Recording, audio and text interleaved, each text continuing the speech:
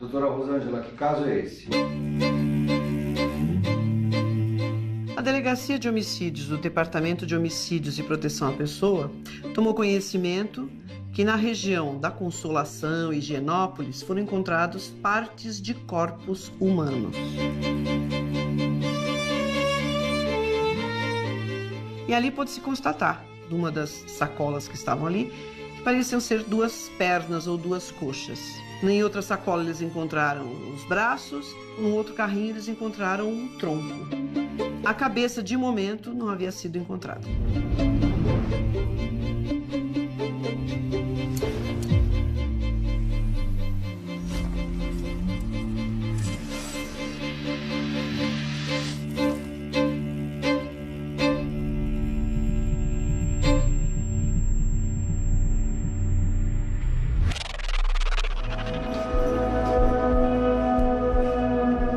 De manhã, em tempo que não era chuvoso, um tempo seco, né? Um rapaz que frequentava geralmente ali a Rua Sergipe, um morador de rua, e ele encontrou, né, uma bolsa. Para surpresa dele, ao abrir essa bolsa, ele encontrou partes de um corpo. Ele foi correndo até um restaurante com um senhor que dava comida para ele, né? E falou: encontrei umas partes de um corpo. Todo mundo achou estranho, correu lá para ver e realmente constatou o que ele tinha dito. Então nós nos dirigimos até esse local. De fato, nós encontramos um saco plástico, no interior do qual nós tínhamos 2 braços e 2 pernas humanas. Num primeiro momento, a gente não conseguiria dizer se era de um cadáver masculino ou se de um cadáver feminino. O padrão de cortes ele era diferente, então eu tinha, em algumas lesões, uma continuidade, como se eu tivesse um corte liso de um instrumento cortante, mas na mesma lesão eu tinha também um esgarçamento da pele, expondo tecido muscular, expondo tecido adiposo, gordura, como se alguém tivesse iniciado o corte e puxado aquela parte, aquela região do corpo. Aglomerou-se pessoas e veio uma notícia que uma outra gari havia encontrado na Rua Coronel Eusébio, do lado oposto, né, ali da Rua Sergipe, também uma mala com partes de um corpo. Existia um tronco humano no interior de um vestido rosa. Tinha sido retirada a pele, estava sem a cabeça, a região dos braços tinha sido seccionada aqui na cintura escapular, cintura pélvica também cortada, sem as coxas e sem o membro genital. Ele não aparentava externamente nenhum tipo de lesão que justificasse o óbito, por mais bizarro que isso seja a gente falar, né, porque é um tronco humano, mas mesmo assim a gente precisa tentar achar nesse tronco alguma lesão que justifique a morte, para dizer que aquilo de fato foi um homicídio. Até aquele momento a gente estava tratando com o encontro de um braço, o encontro de uma perna e com o encontro de um tronco, que a gente, num primeiro momento, também não consegue dizer se é da mesma pessoa.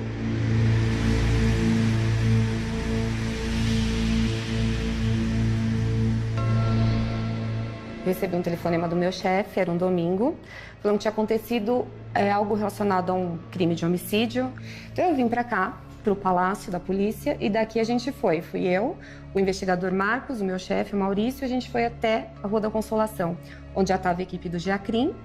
Então a gente chegou ao local e viu que tinha sido encontrado num saco preto partes do corpo de uma pessoa, que a princípio ali o que a gente notou que eram as coxas. Essas coxas elas tinham o mesmo padrão de secção das partes do tronco e dos braços e das pernas que a gente tinha encontrado. Então eram, de fato, analisando as lesões, a gente via que não existia nenhum infiltrado hemorrágico, ou seja, esses cortes eles foram realizados depois da morte da vítima.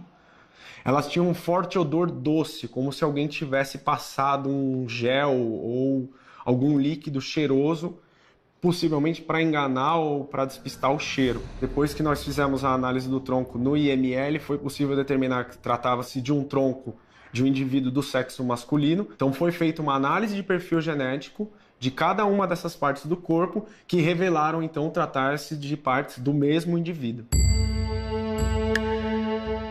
Chamou a atenção o fato de que neste corpo, né, foram retiradas as falanges dos dedos, as 10, né, e também a ausência do órgão sexual. Evidentemente, né, que nesse primeiro momento já se podia entender esse tipo de ação como dificultar o trabalho da polícia na questão da identificação do corpo. Burburinho na imprensa, um caso, né, que praticamente deu uma parada no país como um todo, se acha uma cabeça na Praça da Sé. Aquele local de crime parecia um circo. Então a gente tinha muitas pessoas. Tratava-se de uma cabeça que estava no interior de um saco plástico e envolvida por uma camiseta. E essa cabeça da Sé seria desse corpo? Não seria? Ia depender de alguns exames, como o exame de encaixe da vértebra e também do DNA. Já estava em um estado avançado de putrefação, então os tecidos já estavam começando a se liquefazer. Nós encontramos uma lesão na região frontotemporal da cabeça, uma lesão que depois, junto com o médico legista, nós conseguimos chegar à conclusão de tratar-se de uma lesão de natureza contusa, um instrumento contundente, uma lesão de alta energia, que teria provocado não só o ferimento na porção exterior da pele, mas também fratura de crânio. Então, a gente conseguiu constatar que, de fato, aquela cabeça humana tinha o mesmo perfil genético das outras partes humanas que nós tínhamos encontrado, portanto, tratava-se da mesma pessoa.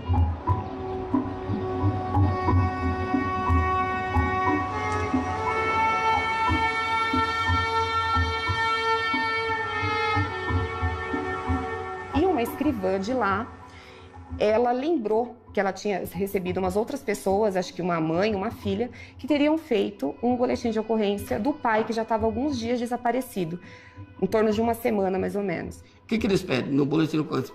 Faz todo, pede todas as informações referente a essa pessoa desaparecida, a rotina dela e tudo, né? E traz uma foto. Quando essa escrivã, a Naná, ela viu essa foto, ela falou assim, nossa, parecida com a foto que ela tinha visto da cabeça em estado de putrefação. Através das imagens, né, de tomografias e raio-x que foram feitos, né, lá no ML, ou entrou o trabalho do nosso laboratório forense de reconstituição. Eles, sobrepondo com os computadores, com as imagens que eles têm, conseguiram reconstituir aquela face.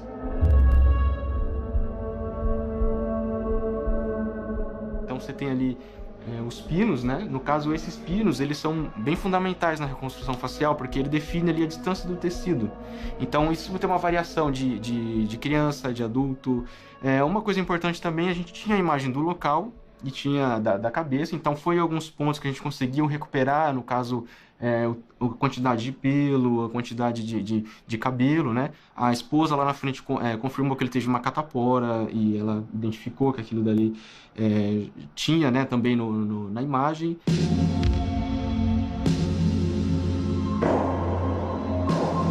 A filha tinha uma pinta do lado ao contrário da dele, então também foi 2 pontos que a gente considerou muito forte, assim, e a família ela tinha dado 90% de chance que seria ele.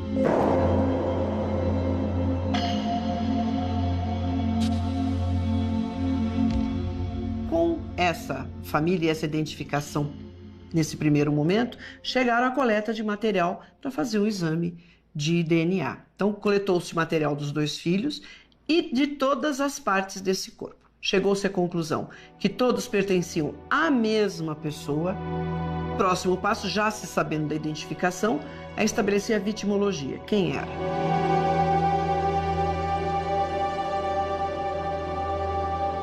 Ele era uma pessoa extremamente fechada, era uma pessoa que era motorista de ônibus, ele trabalhou durante 30 anos na mesma linha, tinha se aposentado, estava trabalhando durante mais um ano nessa empresa.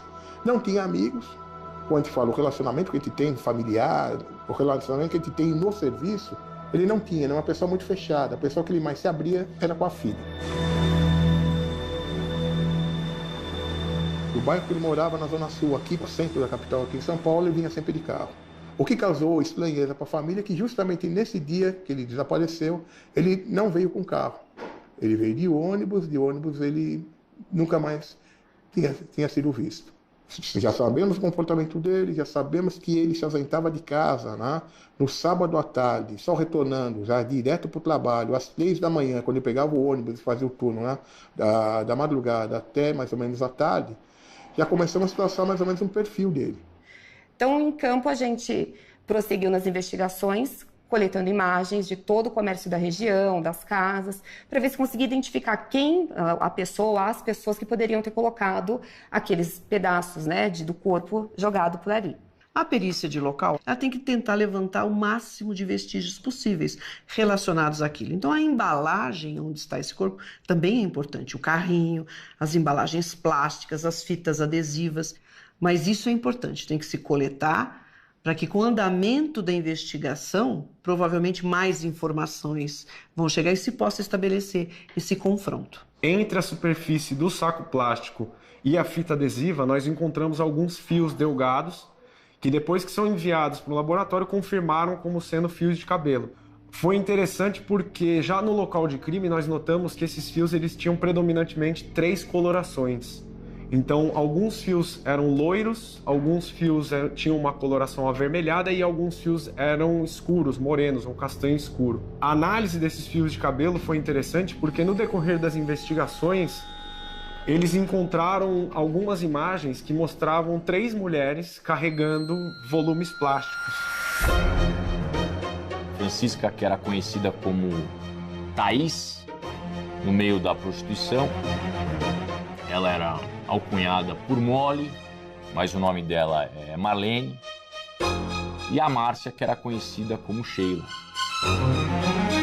Ele acabou se apaixonando por aquela que viria a ser a sua principal algoz. E a partir daí foi submetido a um esquartejamento pouco visto na história da delinquência relacionada a homicídios na cidade de São Paulo.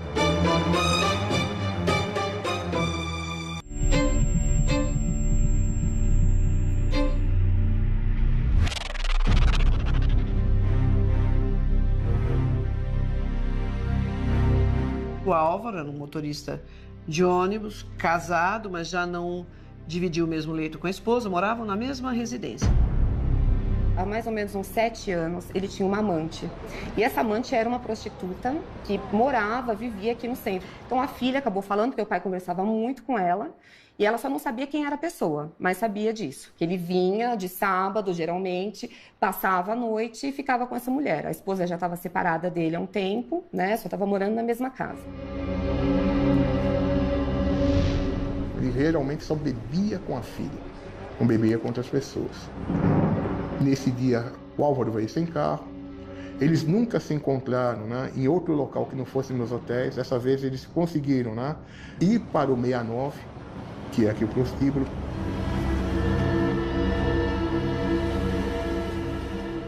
O Álvaro tinha 1,90 m de altura, uma pessoa alta, sabendo que era fraco para bebida. E quando ele embriagou, ela derrubou ele no chão. Ele caiu com a cabeça no piso no banheiro, possivelmente desacordou, começaram a agredir. Então o laudo necroscópico é enfático. Ele veio a óbito em função de traumatismo craniano. Todos os ossos praticamente da cabeça estavam fraturados. Ele ficou embriagado, isso foi constatado através dos exames também toxicológicos, o alto teor de álcool no sangue. Lesões também foram constatadas, contusas, na região do dorso da mão, das mãos e dos antebraços, indicando que em algum momento ele tentou se defender. Após a morte, decapitaram, separaram a cabeça do restante do corpo, separaram os braços e as pernas. Embalaram essas partes do corpo, que seccionaram, em sacolas plásticas, sacos plásticos, vedaram com fita adesiva, distribuíram em alguns carrinhos, dispersaram essas partes do corpo na região da Consolação.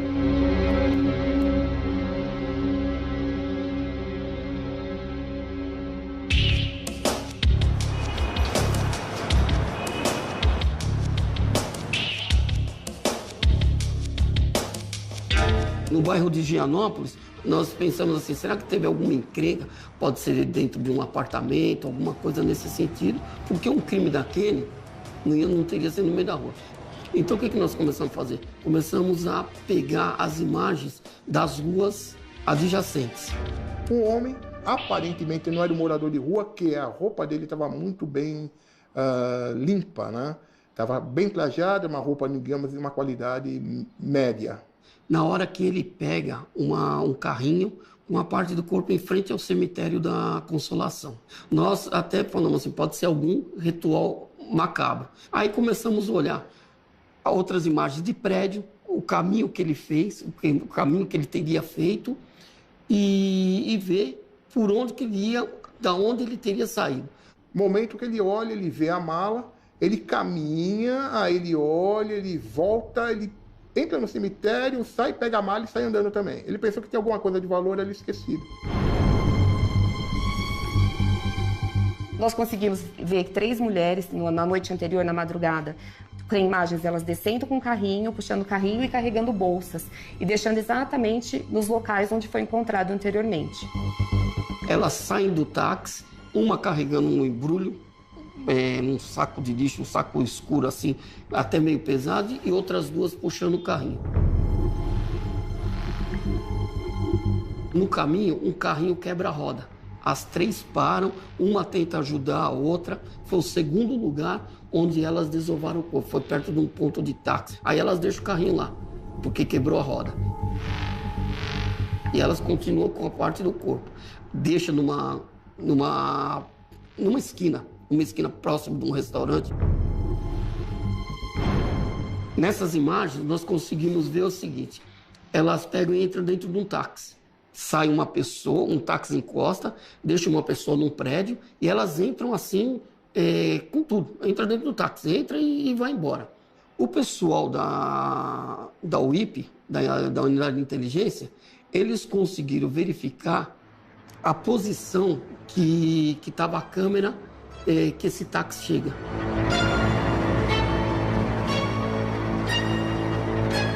Ele falou que realmente ele pegou essas 3 mulheres, que elas entraram no táxi e deixou na região central. Nessa imagem do posto da GCM, eles já observaram que havia 3 mulheres puxando uns carrinhos, sacolas, naquela região. Isso foi corroborado com a imagem das demais câmeras da região, que já ficou esclarecido que 3 mulheres, pelo menos, estavam envolvidas nesse caso, pelo menos na ocultação do cadáver. Nós temos o alvo identificado e nós temos as linhas telefônicas, a linha telefônica do alvo. Então você passa a trabalhar mais tecnicamente com as informações. A unidade de inteligência nossa faz a quebra dos telefones. Você, tanto na memória do telefone, quanto nos contatos que foram feitos nesse telefone, você tem acesso. A partir daí, você monta um mapa, uma análise de todas essas ligações, de como eram essas ligações. Nesse grampo telefônico, ficou de 15 dias, assim, elas não falaram nada que ligasse ao homicídio. O que a gente percebia era que elas eram prostitutas mesmo, falavam disso, a prostituição. A gente conseguiu descobrir que onde o prostíbulo era o 69, aqui na Rua dos Andradas, bem próximo também do outro telefone, que era no viaduto Santa Efigênia. Na sexta ele ligava num número, que se não me engano era fixo, e no sábado ele ligava num celular. O telefone fixo era de uma moça chamada Leomara, e no sábado ele ligava e seria de uma outra moça chamada Francisca Aurilene. Ela tinha um endereço também na Rua dos Andrades, 69. Ela também já tinha um BO de desaparecimento de muitos anos atrás. A mãe falou que ela dava muito trabalho. E a mãe e a irmã resolveram acompanhar a gente até o departamento. Aqui, elas viram as imagens das 3 mulheres descendo a Rua da Consolação. Nós não dissemos nada para elas, elas só viram a imagem. E a irmã dela reconheceu. Ali é a Francisca, a minha irmã. A partir dos 14, 15 anos, ela já começou a dar um certo tipo de trabalho para a família. Na escola, saía, às vezes fugia de casa. Então, ela estava desaparecida, já há alguns anos já tinha um boletim de ocorrência. Aparecia em casa, sumia, ficava muito tempo grande fora. E a Marlene também já era conhecida da mãe da Francisca Aurilene. Eu acho que uma ou 2 vezes ela chegou até aí à casa da família. A mãe percebeu mais ou menos a atitude da Marlene, percebeu que a Marlene era possivelmente uma prostituta, que poderia estar aliciando a filha, só que não tinha um controle na filha. A filha acabou fugindo, vindo para o centro e começou a trabalhar com a Marlene. Enfim, ela vivia mesmo no 69, na Rua dos Andradas. Então, elas tinham esse vínculo bem grande, as duas.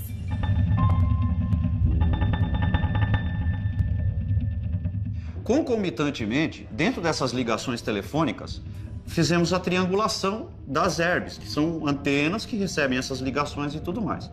Chamou a atenção que a régua, o controle dessas ligações dava, na sexta ele estava num lugar, ou seja, região da Zona Sul. No sábado ele estava no centro de São Paulo, mantinha um certo ritmo. Pensamento nosso, o cara pega, sai com a mulher e vai para um local propício para poder se relacionar e tudo mais. Hotéis, vamos bater os hotéis. Através da foto que nós já tínhamos do alvo, se ele tinha passado, se ele entrava, se ele frequentava alguma coisa. Nesse hotel, uma das funcionárias falou assim que realmente, quando ela viu na televisão, que depois começou a passar a foto do Álvaro tudo, falou assim que ele frequentava assim, que já tinha visto. E ela falou assim que frequentava com uma garota de programa. Eles mostraram o quê? Os livros de registro do hotel. E viram que o nome dele estava lá, Álvaro Pedroso, juntamente com Marlene Gomes.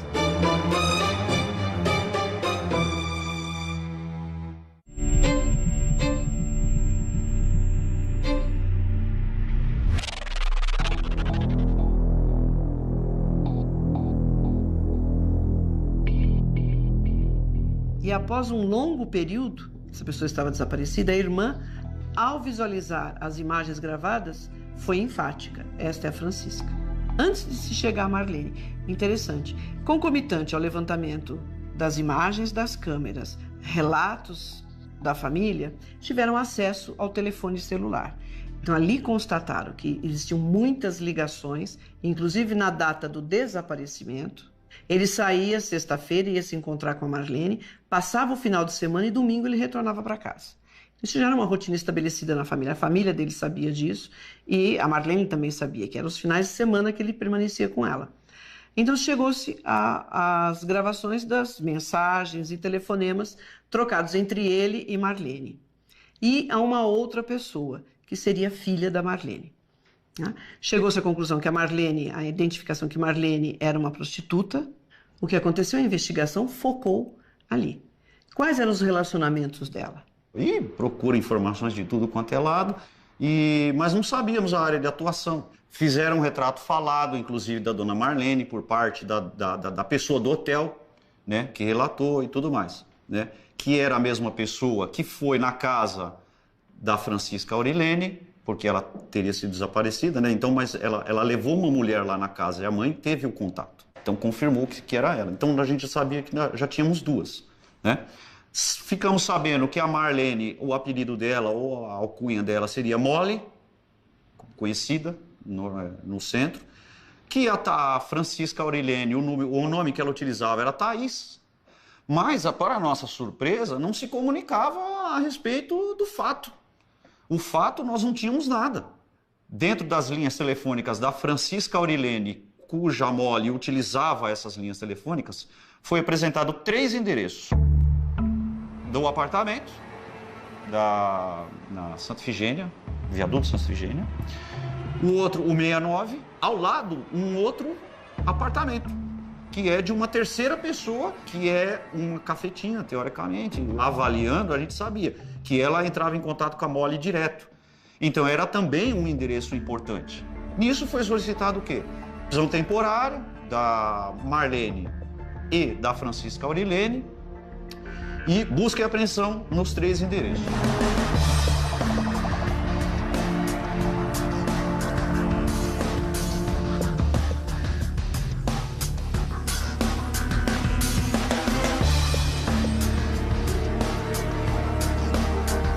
Dentro das gravações, nós sabíamos que elas estavam ou no 9º ou no 10º andar. Foi adentrado no local, eu localizei a Thaís, que inclusive eu chamei ela pelo nome de Francisca, ela falou, Thaís, eu falei, é você mesmo. Então ela foi localizada, a documentação dela, no 9º andar. No 10º andar foi localizada a Marlene.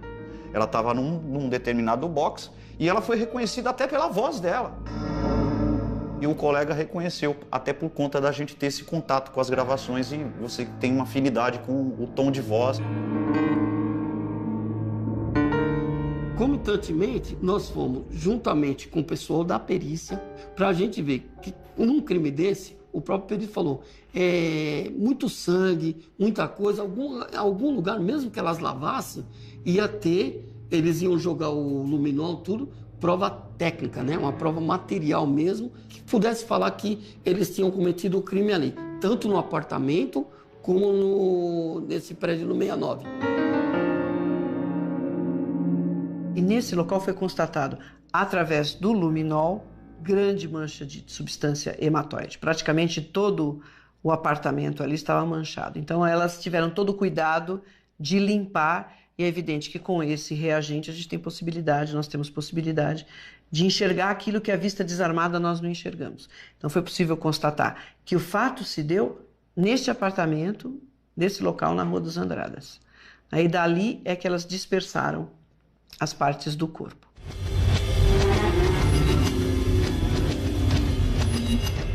Quem era a terceira pessoa? Nós não sabíamos quem era a terceira pessoa. Então precisava ter uma certeza de quem era a terceira pessoa. Apesar das observações todas, nós não chegávamos a uma conclusão de que a Leomara seria essa terceira pessoa. Então, a Marlene inicialmente não confessava. A Francisca estava um pouco mais exaltada, até por conta que ela é usuária de drogas. Pegamos falando para ela assim, então quer dizer que vocês não fizeram isso e tal? E se eu falar para você que a Marlene, ela tá falando assim que foi você que fez isso daí?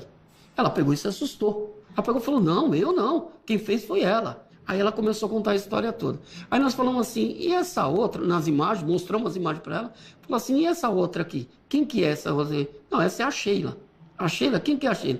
A Sheila não trabalha com vocês? Trabalha. Mas ela não estava lá, ela está no prédio? Aí pegou e falou assim, não, ela saiu um pouco antes de vocês chegarem. Como nós localizamos a Márcia nesse dia e identificamos a terceira? Em fotos da Márcia, o telefone dela. Naquela mesma noite, foi pedida para a doutora Ana, da OIP, fazer o levantamento do cadastro. O cadastro, a polícia pode pedir tanto de banco como o cadastro de celular, porque você não está quebrando um sigilo. A partir dali, se levantou que ela residia na cidade de Tiradentes. Nós tínhamos alguns endereços antigos dela. Então a gente trabalha o quê? Vai do mais recente para o outro. Então a gente foi trabalhando os endereços. Vai num, não localizou. Vai no outro, não localizou. No terceiro endereço, a moradora citou que tal pessoa acabara-se de mudar para um outro endereço. Nós fomos até o local, conversamos com o morador, que ela morava nos fundos, que é o proprietário da casa na frente, e ela morava nos fundos. Relatamos o fato, ela foi conduzida até essa delegacia. Aqui ela acabou explicando todo o fato, como ocorreu, né? E posteriormente, inclusive até na residência dela, por conta do marido dela, eu não sei se era serralheiro ou alguma coisa, uma das ferramentas utilizadas no crime foi até coletada na época, junto ao marido dela, que era uma machadinha. O relato foi que a primeira pancada que foi dada foi através dessa machadinha. As versões da Marlene e da Francisca são as mesmas para justificar o que elas fizeram? A da Marlene, ela falou assim que ele fazia barbaridades com ela em âmbito de prostituição. Falou que ele era sádico. Uma coisa que a gente não acreditou muito, né? Porque ela já era prostituta há muitos anos, ela não viveria com um homem assim, né? Ela saberia muito bem negar. E tinha um outro detalhe. A Marlene morava com a filha e trabalhava no 69. O que acontece? A filha, ela, durante todo esse período que o Álvaro tinha um relacionamento com a Marlene, o Álvaro chegou a ajudar a filha. Chegou a ajudar o familiar, inclusive tem relatos de que ele comprou livros da escola para ela, de faculdade, coisas desse tipo.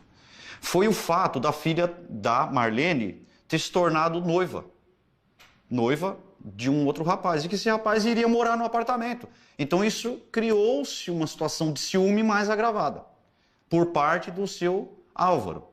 No caso da Thaís, da Francisca Aurinene, ela fala que ela ajudou por causa que ela quis ajudar uma amiga que estava em apuros. Ela fala que ela não participou porque ela não teve nem estômago para ver. Ela pegou e falou assim que ela saiu de perto. E no caso da Sheila, a Sheila fala assim que ajudou porque ela não admitia as coisas que ele fazia com a Marlene, que a Marlene depois contava para elas, entendeu? Aí falamos que elas estavam grampeadas no telefone, falou assim que elas combinaram que não era para falar nada e esquecer. Que o medo delas mais era que a Francisca Aurilene e a Thaís, falasse alguma coisa, porque ela era meio abobada, por causa das drogas que ela usava. O que a gente leva à conclusão é que o caso foi mais, digamos assim, de uma forma mercenária, né, o fato de ela perder o dinheiro, do que as serviços.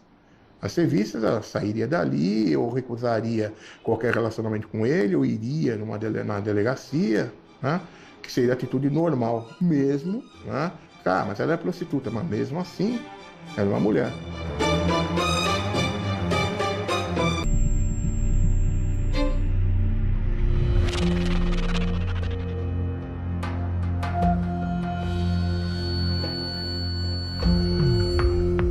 Então, eram 3 prostitutas, tá? Dar a entender, pelas informações, que a Marlene podia aliciar as outras 2.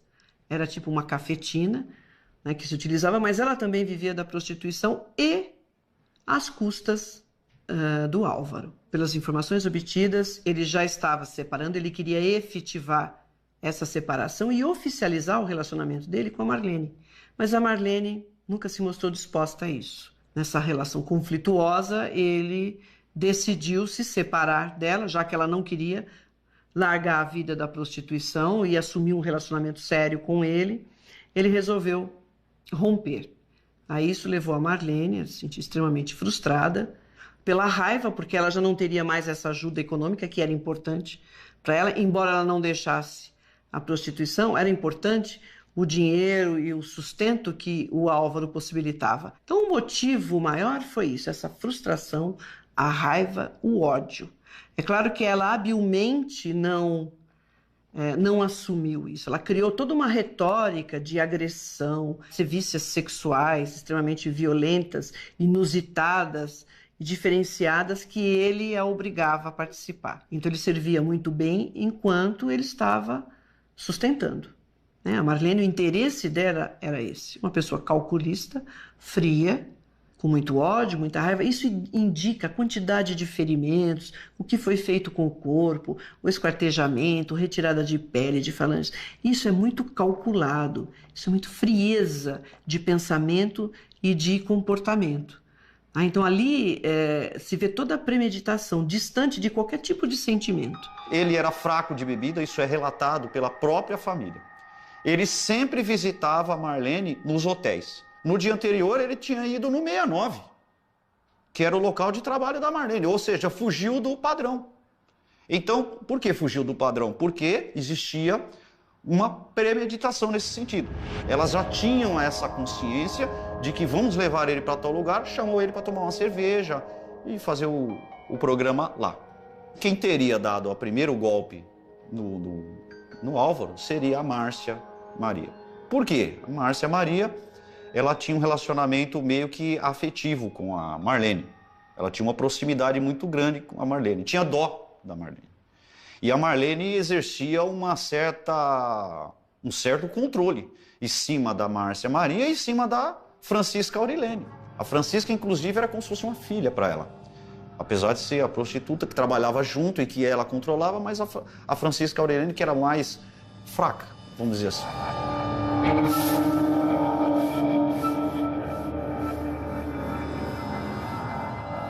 Nesses casos, o que a perícia faz é tentar confrontar aquilo que foi observado tecnicamente com o que está sendo dito pela autora. Os laudos de local de crime, os laudos necroscópicos, às vezes até algumas provas testemunhais ou algumas oitivas dos autores, e tenta confrontar com aquilo que eles vão reproduzir na reprodução simulada, na reconstituição. Então, de fato, a vítima tinha aquela lesão na região onde a autora diz que ela teria golpeado. Os corpos foram encontrados da forma como ela diz que foram embalados. Inclusive, ela relata algumas outras atitudes que ela teve que a gente não consegue comprovar tecnicamente. A pele do tronco, a genitália da vítima e as falanges ela teria colocado no interior de um saco plástico e deixado para o caminhão do lixo levar. Então, tecnicamente, o que ela apresenta na reconstituição ou na reprodução simulada não é muito diferente do que a perícia observou. Fechado o inquérito, relatado, ele foi encaminhado à promotoria, que denunciou e também foi favorável à decretação da prisão preventiva, né, das leis. Foi marcado a instrução. Nos crimes contra a vida, nós trabalhamos em 2 fases, né? A instrução criminal, que é a parte, né, que vai ser ouvido o pessoal, vai ser ouvido as testemunhas de acusação, testemunhas de defesa, o interrogatório das réis no final, e a decisão, que pode ser dada no momento ou não, se tudo se terminar naquele dia.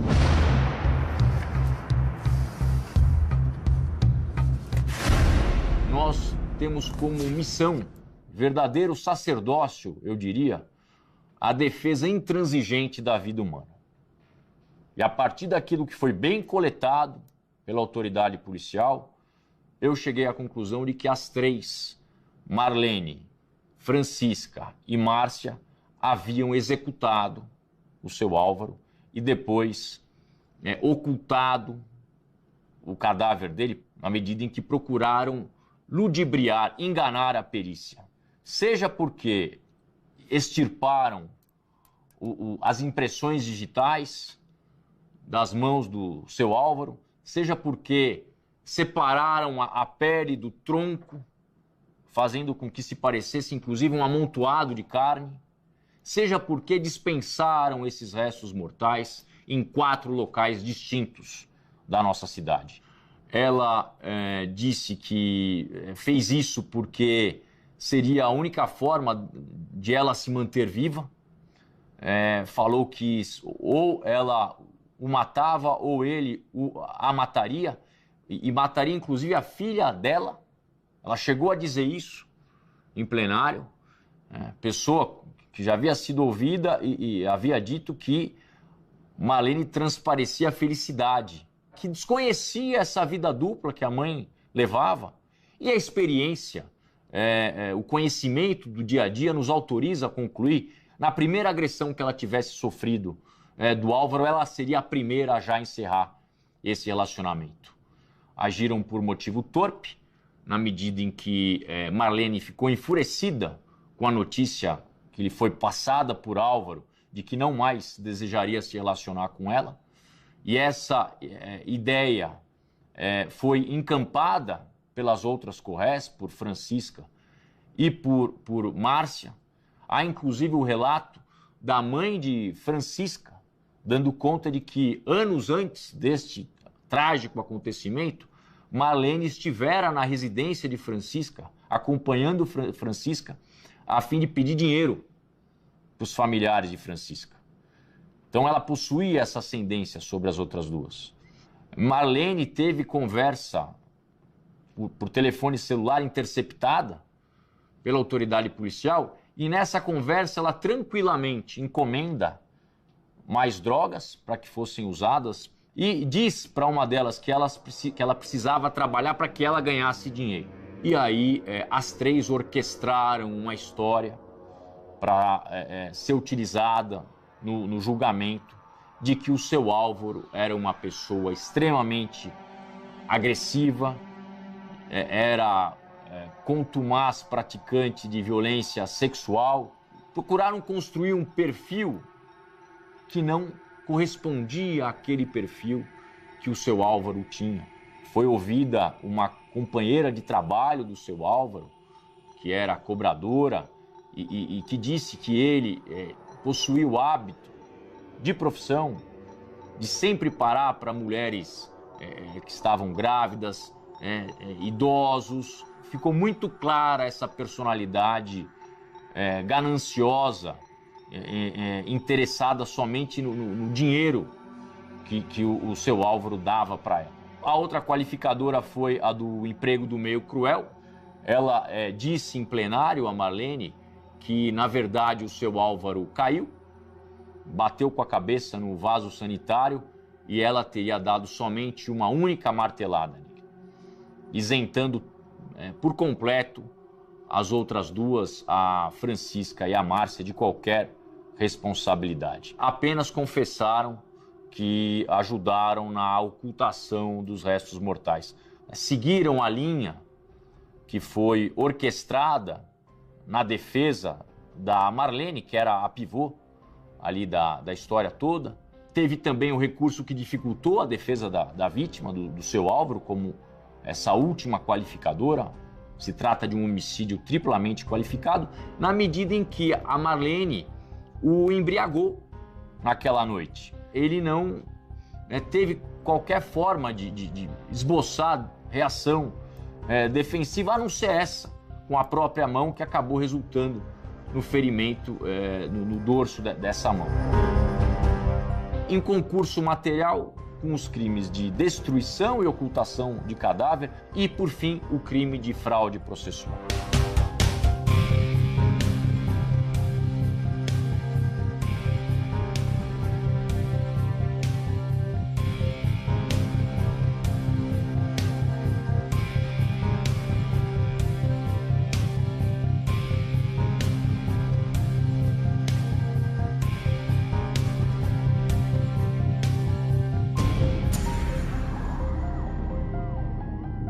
Ela criou muito habilmente essa imagem, então que ela era uma sofredora, mas o júri acabou percebendo que, na realidade, o motivo maior foi a frustração, a raiva, o ódio, né, que ela tinha por esse homem, por não querer mais sustentá-la. Ela fria, não demonstrou que se arrependeu e como se não fosse nada. Quando ela contou assim para mim, como se ela tivesse matado uma barata.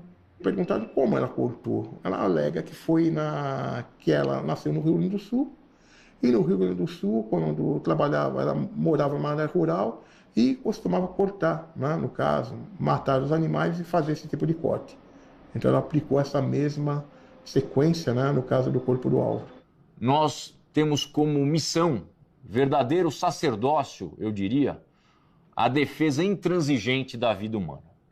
Desgraçadamente, o seu Álvaro entrou para a história dos homicídios de São Paulo como sendo uma das vítimas que mais sofreram agressões sevícias. Foi desrespeitado o seu Álvaro enquanto pessoa, o seu Álvaro enquanto titular de um corpo e também o próprio cadáver do seu Álvaro. A partir do momento que os seres humanos abreviam, antecipam a morte e agem da forma como agiram as rés, o promotor de justiça do júri ele vai procurar responsabilizar quem agiu dessa forma, até como forma de minorar a dor dos familiares. O departamento todo está de parabéns, porque na investigação, em muitas coisas que aconteceu, no fato do telefone, no fato até de achar a cabeça, porque elas falaram assim que a cabeça elas tinham colocado no lixo. Se o lixeiro tivesse levado a cabeça tudo, talvez a cabeça a gente nunca tenha achado. E através dessa cabeça mesmo foi que se chegou à identificação da vítima e tudo isso que nós conseguimos até a prisão das três assassinas. E a gente não sabe o que aconteceu, quem foi que pegou essa cabeça e deixou na Praça da Sé. Isso daí para nós até é um mistério. Apesar da crueldade, da perversidade que a gente observa, mais uma vez, a perícia ela tem que ser estritamente técnica. Então, o que importa para nós é a maneira como foi encontrado o corpo, as lesões que o corpo apresentava e como isso vai auxiliar na investigação. A gente deixa sempre a emoção de lado. Para nós, a análise é sempre estritamente fria e técnica. A felicidade da Polícia Civil na rapidez em identificar essa vítima foi o primeiro grande passo.